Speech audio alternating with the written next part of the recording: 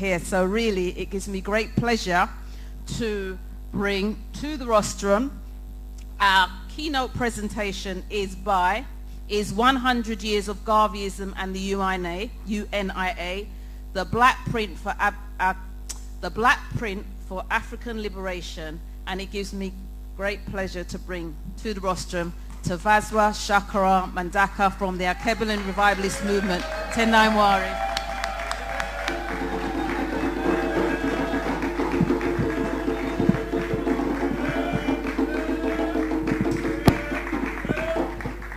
All right, Tenaimwari. I feel to move, so we're going to come from behind the rostrum today. Everybody all right? Yeah, I'll make someone just EQ this mic for me, please. Make it sound like Barry White. Okay. Garvey lives! Mosiah lives! All right, my job in the few moments that we have, can everybody see the screen clearly? Do we need the lights off? I'm concerned about the camera as well. So if people can see it, then we don't need to turn it off completely. This should be fine, right? Can everybody see the screen? You sure? If anybody can't see it, put up your hand. Okay, is this cool? Camera people, are we all right? Yeah? All right, cool. Everybody blessed? Okay. Yes, I have a few short moments to really relate to you the magnificence of Marcus Mosiah Garvey and the Universal Negro Improvement Association and African Communities League. There is not enough time in the time that I have been allotted to be able to accomplish this task, do it justice. We're going to do the best that we can. Is everybody okay? Yeah. Are you sure? Yeah. This is a presentation that we dub Garvey and Garveyism 101. It's a foundational kind of, introductory presentation to give brothers and sisters the basics, regarding the life and legacy of the most eminent prophet and king, His Excellency Marcus Mosiah Garvey. And as a part of the 100-year centenary celebrations of the UNIA, myself and my brothers and sisters in the army, our Kebelin Revivalist Movement Youth, the army, are basically taking this on the road. So wherever you want it, brothers and sisters, it shall be there for you, Wherever you want it, in other country, in other world, as long as you're willing to pay airfare and them kind of things there, you know what I mean? All right? So yeah, so if you want it, then let us know. My brother, Reverend Anika, speak to him, or my sister in the handle, speak to her, and they will, arrange the situation nice and easy, and we will come and we'll deliver this for you, brothers and sisters. Okay? Is that all right? All right, let's move on. So yes, we all know why we're here, and really what I want to try and do is give you an idea of why the UNIA ACL was such an important, foundational, and robust organization that will trigger worldwide celebrations. It's very important that we understand that there are celebrations taking place today all around the world in the name of 100 years of Garvey and Garveyism, brothers and sisters. Taking place all over the USA, throughout the Caribbean, on Mama Africa, So we're in a historical and universal synchrony at the moment, brothers and sisters. Don't have time to go into the spiritual significance of that right about now, but let's hold us done. The Africans around the world at this particular moment in time are gathering to honor and celebrate this 100th anniversary of the UNIA ACL. Yeah? Okay, can we just hail the African world, please? African world, all right. So understanding Garveyism, in the Kebelin Revivalist Movement, we say that Garveyism is the sum total of the life and legacy of the most eminent prophet and king, His Excellency Marcus Mosiah Garvey. It is the whole manifestation of the man, the vision, and the plan. We heard a lot about the man from Auntie Jackie earlier on, so I'm not going to go over too much of it, brothers and sisters. And those of you who missed it, you should have been on time, but I just say go. All right. But just for those, but to say I'm a merciful black man. There's a few points here, brothers and sisters, I'm not going to go into. But Marcus Mosiah Garvey was born on the 17th of Mosiah, 1887. Now you can read what's up on the screen as I talk, but it's very important for us to understand the context, in which Marcus Mosiah Garvey was born, and not just the date. We're dealing with 1887. 1887 was 2 years after the Berlin Conference, which was from 1884 to 1885. The Berlin Conference was the conference in which European nations consolidated and organized their colonization of the African continent, following almost a century of invasion after the so-called abolition of the so-called slave trade. I said so-called abolition of the so-called slave trade because there was no abolition and there was nothing called the slave trade. Because you cannot trade in human beings, brothers and sisters. Our ancestors are human beings. were not goods. Make sense? So the so-called abolition of the so-called slave trade, brothers and sisters, took place. Yeah? And so therefore, and when I say a series of bloody massacre invasions, I'm talking about invasions, yeah? And not just invasions, but suppression of rebellion, brothers and sisters. Does that make sense? So for example, the British government, while they were going around the world talking about how they want to abolish slavery, were trying to figure out ways of squashing the revolution that was taking place in Haiti, brothers and sisters, that came to its fruition in 1804 under the leadership of Jean-Jacques Dessalines, yeah? And as a result of that revolution, Haiti developed the first modern constitution to completely outlaw slavery. You follow me, brothers and sisters? Yeah? Okay, so massacres and invasions are taking place all over the African continent. Africans in America, following the ending, so-called, of slavery in the formal sense in America, were facing Jim Crow and lynching, yeah, on a mass scale, to a degree that the violence that was perpetrated against African people in America post-slavery, in the post-slavery era, some say was even worse than the violence that we suffered during slavery, brothers and sisters, much of the time. Does that make sense? In the Caribbean, we're dealing with colonization, similar things, violence, suppression, degradation of the African in terms of trying to uplift ourselves. Does that make sense? And so there are historians who suggest that at this time, the late 1800s, Africans were in a position whereby we could be either re-enslaved or become on the road to extinction. Might sound far-fetched to some, but there's some people called the Aborigines, brothers and sisters. There's some people called the Maoris, brothers and sisters. There's some people called the Aztecs, brothers and sisters, who came up against the wicked European, yeah, and decided to fight back. And as a result, the wicked European unleashed the full extent of his wickedness against them. Does that make sense? And to this day, yeah, we very rarely see them, brothers and sisters. Does that make, are you following me? They have a reparations movement going on at the moment, though, brothers and sisters. You also need to know that, yeah. But it's not too far-fetched to suggest that Africans could either be re-enslaved or become extinct. And so this was the context in which Papa Garvey was born. It's very important for you to understand that, for you to understand the significance of why the UNIA was such an important organization. Yeah? So, you know that he, as was said earlier, he led a lot of strikes. Yeah? The importance of these strikes, brothers and sisters, is that the fact that when Mosiah Garvey led those strikes, he was in a position of power, in the sense that he was given privilege, and he was even they tried to entice him with promises of even more privilege if he sided with his superiors against the interests of the workers, and he decided to side with the workers against the interests of their imperialists and bosses. You following, brothers and sisters? Okay, so right, we ain't got time to go into all of this, but just know that it's very important stuff. All right? Yeah.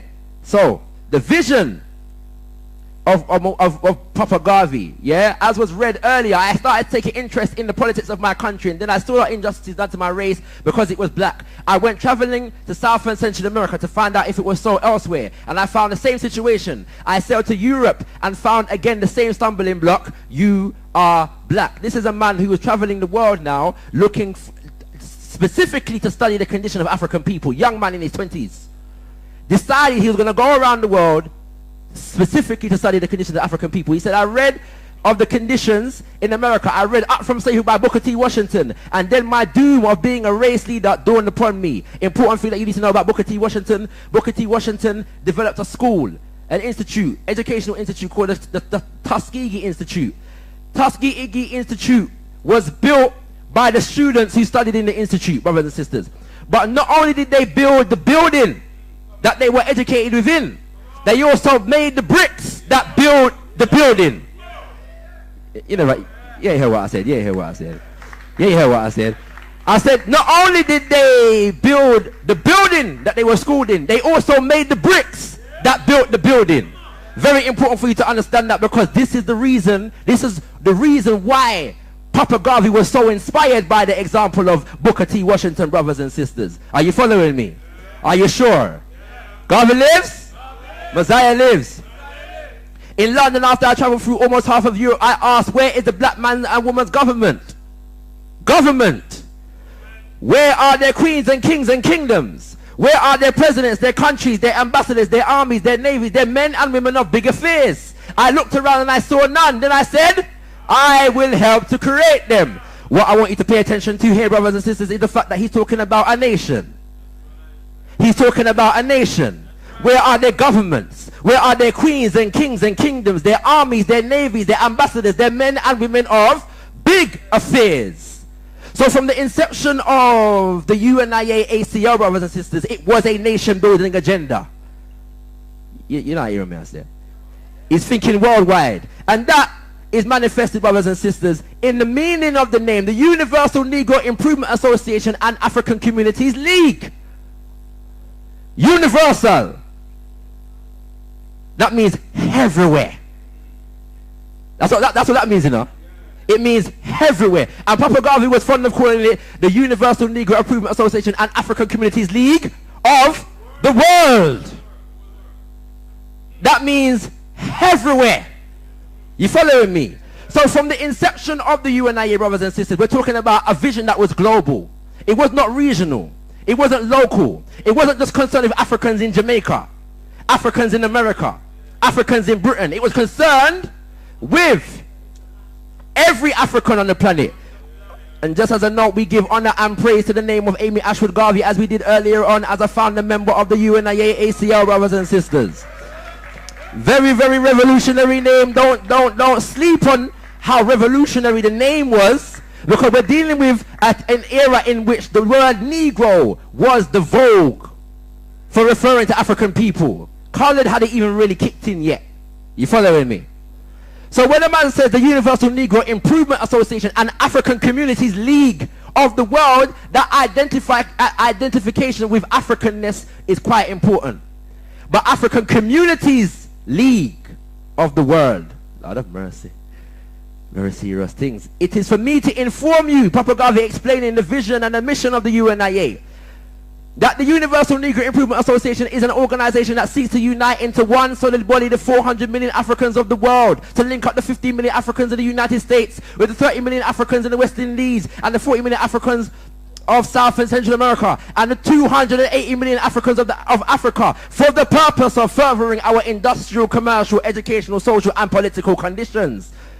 Bear in mind that some people question Papa Garvey's mathematics in the sense that 400 million was the estimated number of Africans on the planet at the time. Whether he was wrong or right, brothers and sisters, is not really that important. All you need to know is that when he said 400 million, he meant everybody. The whole away. Yeah? So I'm talking every single African upon every square inch of the planet Earth is who Papa Garvey was talking about. You following me? People call the Garvey movement the Back to Africa movement. That was part of the program. Yes, there was a Back to Africa element of it. But Papa Garvey said they're organizing Africans for the purpose of furthering our industrial, commercial, educational, social and political conditions. That means wherever we are, not just back to Africa, you know, wherever we're there.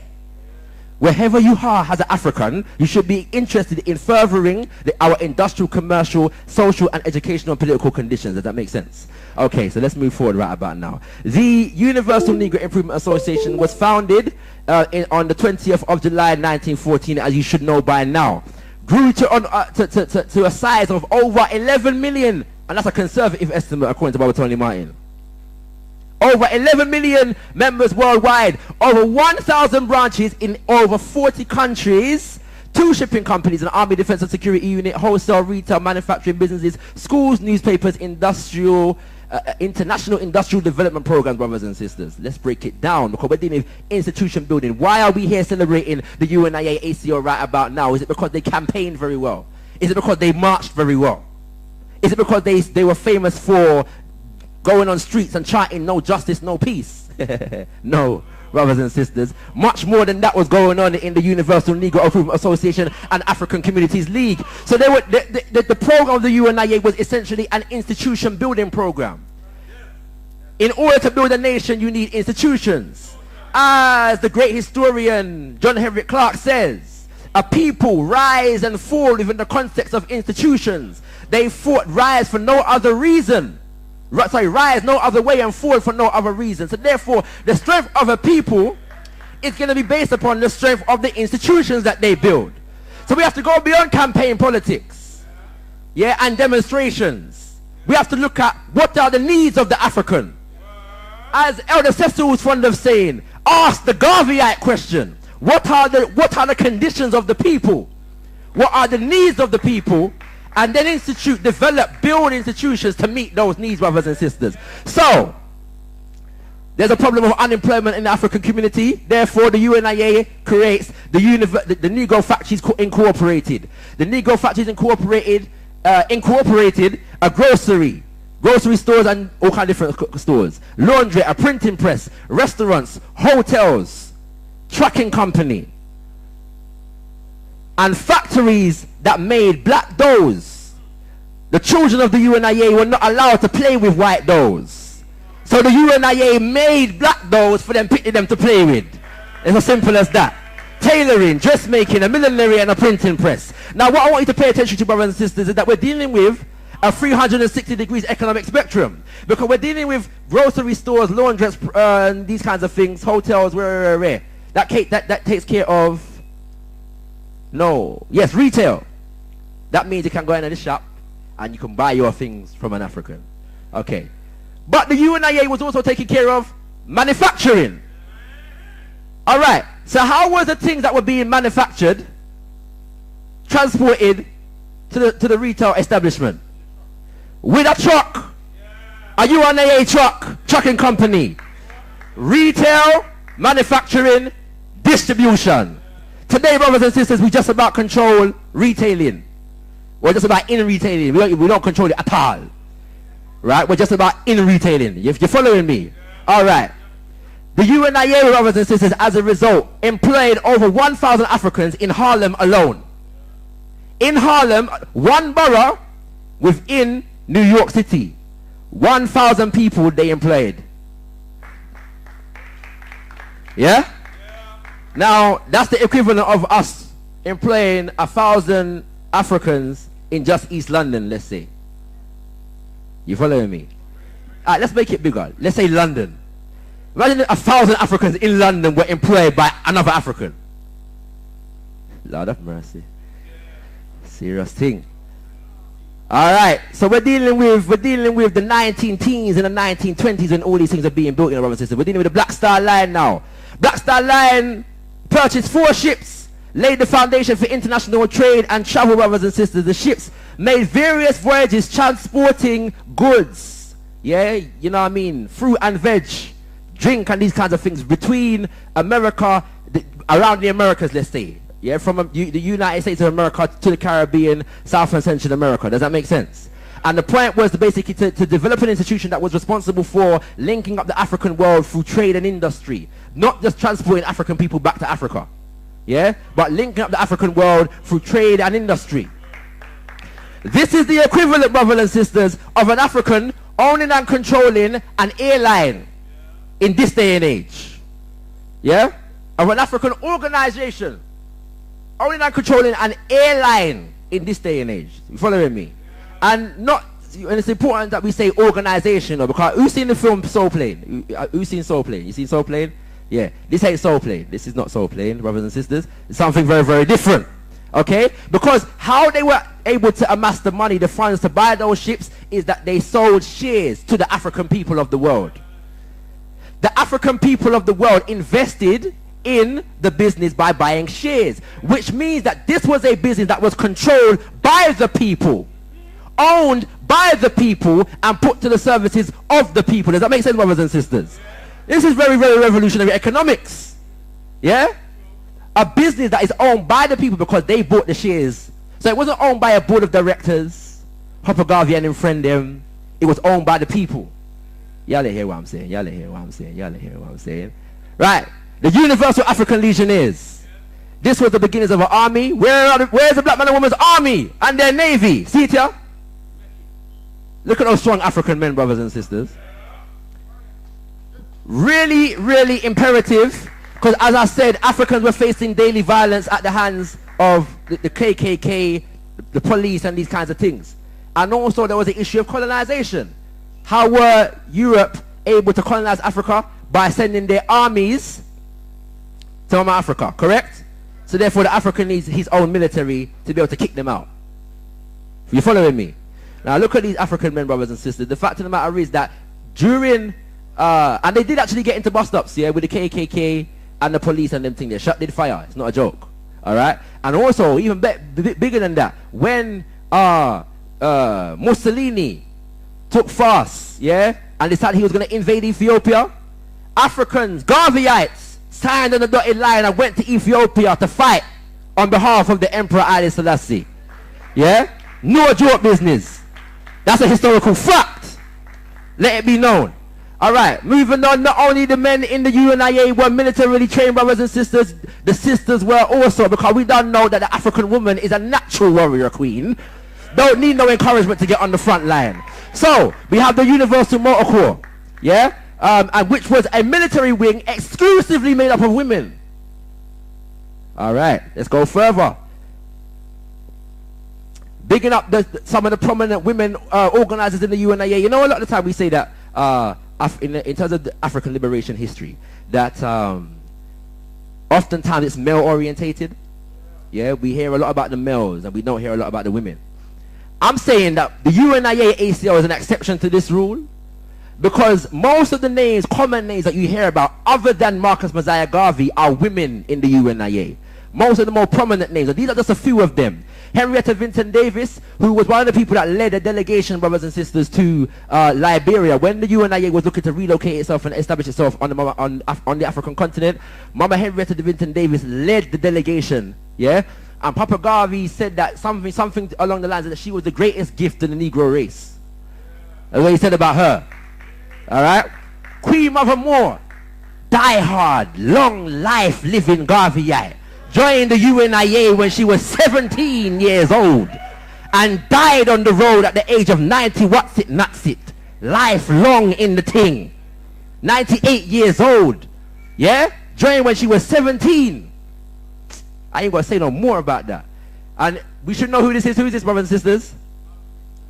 The mother of Omowale Malcolm X. Yeah? The mother of Omowale Malcolm X. Malcolm X's mother and father, Earl and Louise Little, met in the UNIA and were leading members of branches in the UNIA. I say branches because they moved around the United States of America, and wherever they went, they either joined the branch or established the branch. Omowale Malcolm X's father, Earl Little, was known as a Baptist preacher who would preach more Garveyism than Jesus in his church. He was really dealing with the church of Garvey over Christ, brothers and sisters. That's what he was dealing with. The Church of Messiah over Christ. Yeah, and Louise Little was a branch secretary and also editor of the newspaper, brothers and sisters. Yeah, in where she was, used to edit and help, especially with regards to women's issues and so on and so forth. Powerful African women that we need to know about. So when you see a Malcolm X come up in the 1960s, it never come from nowhere. See it there? And a little thing that I learned as well, when Papa Garvey was on the run from the US state, he used to have hideouts, different places that he used to go and hide out, safe houses, and the house of Earl and Louise Little was one of those houses, brothers and sisters. Yeah? Alright. Institution building, the Black Cross nurses, which according to certain accounts was the most active auxiliary of the UNIA, made up predominantly of African women who made up approximately 60% of the organization and in and around half of its leadership, talking about leadership at all levels, yeah, of the organization. And African women in the UNIA had these prominent positions and roles before European women in European societies had the right to vote and the right to education. And the Black Cross nurses were responsible for studying the health of African people, studying diseases amongst African people, cures among African people. They were also responsible for midwifery services, yeah, running clinics, day clinics, yeah, all manners of social welfare there. And they also had a key role in organizing the youth and the children, the education system, because the UNIA ran schools. You following me?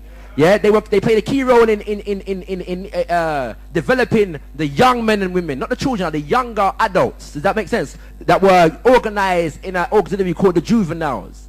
Black Cross Nurses had a very key role in dealing with that. The Negro World newspaper, brothers and sisters, which, as far as my research suggests, is the first international weekly newspaper ever in history. The first weekly newspaper internationally ever in history. Yeah, the Negro World grew to be the Garvey movement's #1 propaganda machinery. Little story for you. Negro was banned all over the African continent because of British and other forms of European colonialism. Yeah, African seamen used to smuggle the newspaper into different countries, and in certain countries, especially in the British colonies, so-called, you could be imprisoned for life. Yeah, for being found with a page of the Negro World. You could be put to death for being found with a page of the Negro World. Yeah, but Africans were still smuggling it in. And how it used to go was like this: brother who or sister who could read English, Spanish, and French, because the Negro World was published in 3 languages: English, Spanish, and French. International. Used to read the newspaper to a village, and the children who heard what was being read to them had the responsibility of memorizing it and going around villages and disseminating the message to brothers and sisters. So you hear stories about places like Congo, where it was being prophesied that a man was going to come from across the seas and kick the colonizers out of Congo. We're not joking around here. This is what was going on. You're following me? But this newspaper played a key role in organizing the African world, linking Africans in America with Africans in Africa, and Africans in the Caribbean, Africans in South America and Central America. Does that make sense? So we're getting synchrony now. Universal, global synchrony of ideological thought patterns and actions is what's going on. You're not hearing me, I say. The International Convention of the African People of the World, 25,000 African people from around the world attended this convention, at which 2 great feats were achieved. One was the drafting of the Declaration of Rights of the Negro people of the world. Very, very important document. Basically, it served the purpose of describing, charting, documenting all of the injustices that Africans had been facing for the last 500 years. Yeah? And then going about listing all of the rights that African people were now declaring before the world. Now I said declaring because we're not begging nobody for nothing. We're not asking no questions. This is not a protest or a demonstration. We are African people. This is who we are. And this is what we declare. Say it and it is. Be and it is. Say it, go. No questions, not asked. Yeah? The second major feat was the establishment of a government in exile. Yeah? People say, well, who gave Marcus Garvey the right to elect presidents and prime ministers and all of the... Who gave Marcus Garvey the right? First of all, your question is stupid and erroneous, because this was not just Marcus Garvey. We're talking about 25,000 people that attended the thing, yeah, and thousands more who were turned away. In fact, I'll tell you better than that. The parade after the convention, which was 31 days, had 100,000 people marching under the flag of the red, the black, and the green, chanting, advance, advance to victory, advance to meet the foe. Imagine 100,000 African people walking through America, Harlem, advance to meet the foe. Are you me? You're not, hey, sure, you're not hearing me, I say. You're not hearing me, I say. Listen, so, when you got 100,000 people, brothers and sisters, you can elect a government in exile to kick out European colonizers, simple as that. So people were elected as supreme potentates of the order of the Nile. Let me say it again.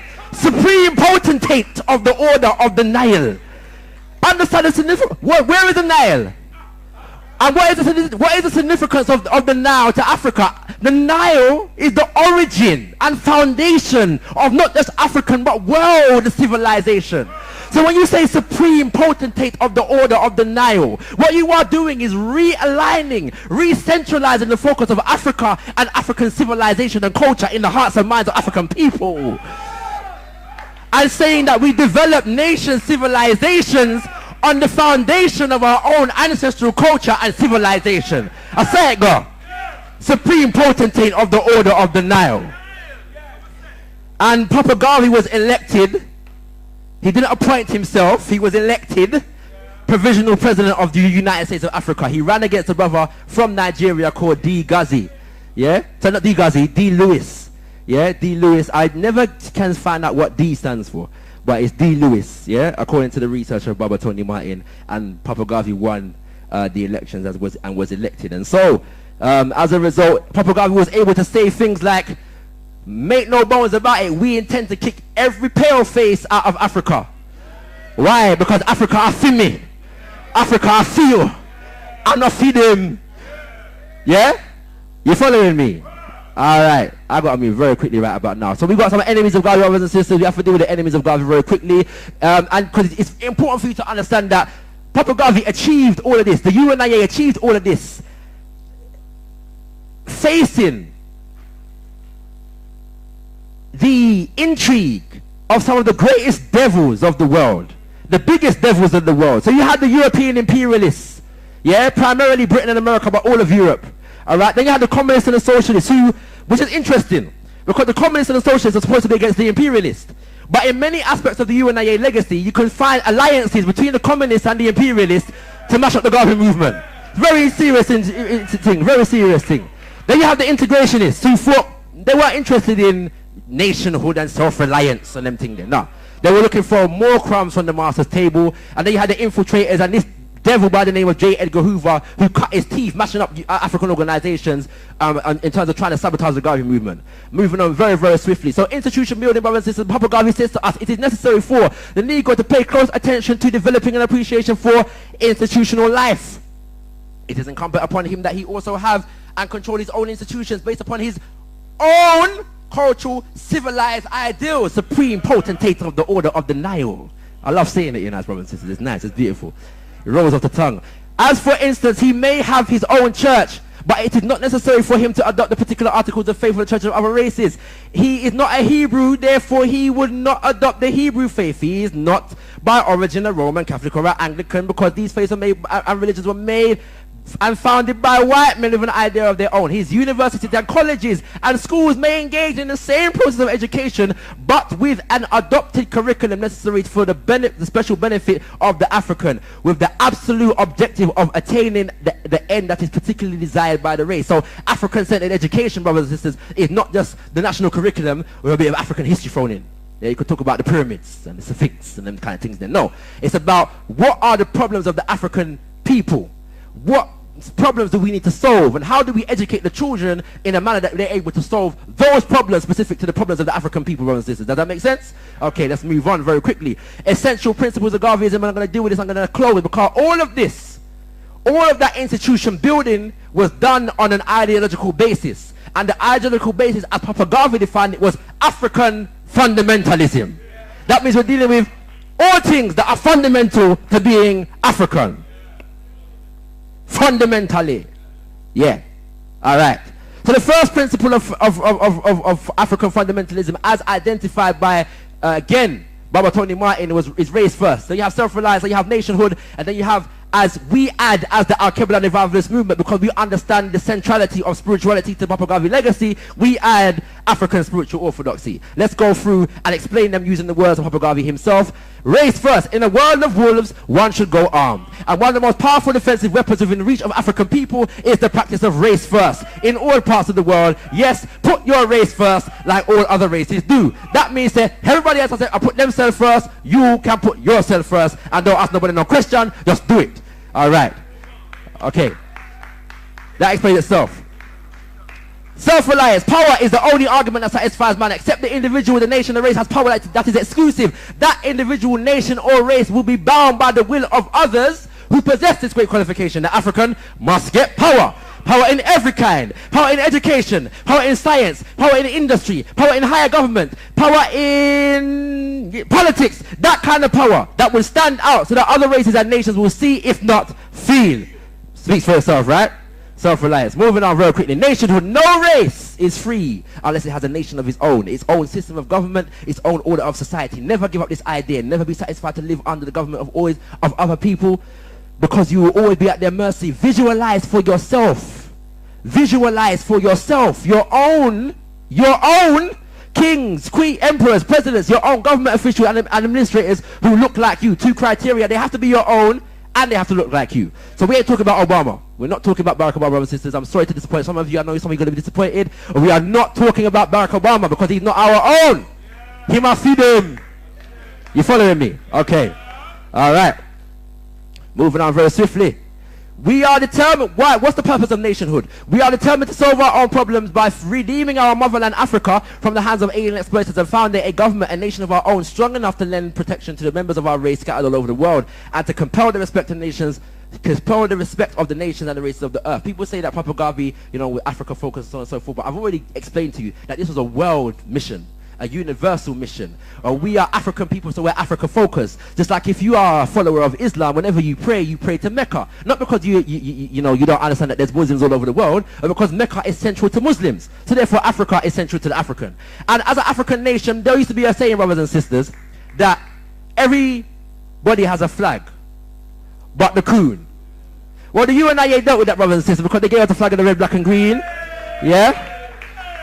Nationhood. Through a flag for the African people of the world. Red for the blood of our sacrifice of our ancestors, black for the people, and Africa for the motherland and the prosperity of the future. African spiritual orthodoxy. If the white man has an ideal of a white god, let him worship his god as he desires. If the yellow man's god is of his race, let him worship his god as he sees fit. The God of Isaac and the God of Jacob, let him exist for the race who believes in the God of Isaac and the God of Jacob. Lord have mercy. I don't have time to go into the significance of that line alone. That's their ancestors, Alright, anyway. We believe in the God of Ethiopia, Africa, the black God, the everlasting God, God the Father, God the Son, God the Holy Ghost, the one God of all ages. That is the God in whom we believe, and we shall worship him through the spectacles of Ethiopia. Ilya Selassie, Rastafari, and I. Giving honor and praise. Oh, by the way, if you want to know more about that, brothers and sisters, because I'm breaking it down on the 12th of Mosiah. Look on your chair, look for the flyer. We're dealing with this thing. We're going to be going into Papa Garvey's spiritual legacy in a way that I don't have time to go into today, but it's very, very important and one of the most understudied and underappreciated aspects of the Garvey legacy. I'm dealing with a subject called Mosiah Garvey and Black Liberation Spirituality, brothers and sisters. Come out on the top of Mosiah and I'll break it down nice and easy for you, okay? Giving honor and praise to this great African woman we gave honor and praise to earlier, and I'm saying the level of, and I want to thank Mama Queen Nzinga for the book, seriously, because I'm reading the book and the depth of this woman and what she went through, understanding that, and I have to say this, understanding that when Papa Garvey was incarcerated, much of the leadership on the daily running of the UNIA fell on her shoulders. Yeah, so she was having to deal with the attacks that he was facing from within and without. From idiot man who didn't feel that she had the potential to be in that position. And she stood against it. Yeah? And much of what we know and understand about Papa Garvey's legacy today, brothers and sisters, understanding that after he died, there was a systematic process of trying to wipe his name from history. And it were people like Eminent Garvey who kept that alive. Yeah? When the 60s revolution was in full fruition, it was Amy J. Garvey who was the authority on Garvey and Garveyism, and she stepped into the role and kept his name alive so that elder brother Tony Martin can pick it up at a later date, make it known. Anyway, we've got to move on because time. So yeah, these are the books that you need to get. Alright, look around, see if any of the stores have got them, and look at the history and the legacy. All these people are born out of the legacy of the legacy of the UNIA in one way, shape or form. We don't have time to go into it, but we have to also understand that there's an unbroken line of leadership from Papa Garvey all the way down to the current President General, brothers and sisters. In 1938, It's at the back of the program. 1938, Papa Garvey started his School of African Philosophy, where he was training specifically the new leadership of the organization. Yeah? 5 men and 5 women. And the first 4 people that are named here, brothers and sisters, was taught directly by Papa Garvey himself. Yeah? Honor and praise to the name of James R. Stewart, Thomas W. Harvey, William L. Sherrill, Charles Linnell James, Reginald Wesley Maddox, Marcus Garvey Jr., Redmond Battle, Mwalimu Edward G., and the current President General, brothers and sisters, ninth successor to the Honorable Marcus Mosiah Garvey, Baba Senghor Baye, who will be joining us in this country for the 100th celebration of the UNIA ACL, brothers and sisters. Check the flyer, it's on your chair, make it known, and be there. Support the elder. I guarantee you won't be disappointed. I guarantee you won't be disappointed. Alright? Now, last and finally, brothers and sisters, I have to tell you about the vision of the International African People's Parliament, or should I say the vision of the National African People's Parliament, because we are just simply trying to build the legacy of Marcus Mosiah Garvey. Asking the Garveyite question, as Elder Cecil says, what are the conditions of African people in this country, and what institutions do we need to be able to meet those needs and solve those problems, brothers and sisters? This is what we are doing. inap.org.uk. inap.org.uk. Get the information, get involved. And last and finally, I want everybody to look on the chair and find the Mosiah leaflet very quickly. The Mosiah leaflet, the month of Mosiah, because we don't call the month August no more, because we're not the children of Augustus Caesar, we are the children of Marcus Mosiah Garvey, so we dash with Augustus and we big up Mosiah. Simple as that. Take the flyer, brothers and sisters, don't put it down and fling it where.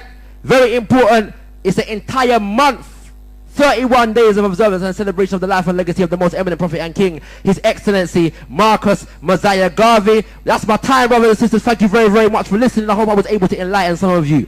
Garvey lives! Mosiah lives! Tender warrior. Tenamwari, brothers and sisters.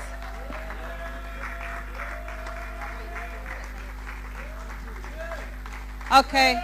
Tenamwari, brothers and sisters, we can do better than that. Brother ShakaRa, come back in. Brother. Yeah.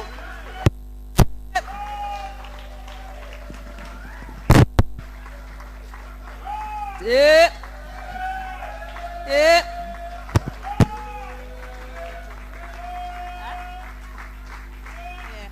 Tenamwari, I just wanted to give our brother another hailing, just to show our appreciation to him and the deliverance of his message. Tenamwari.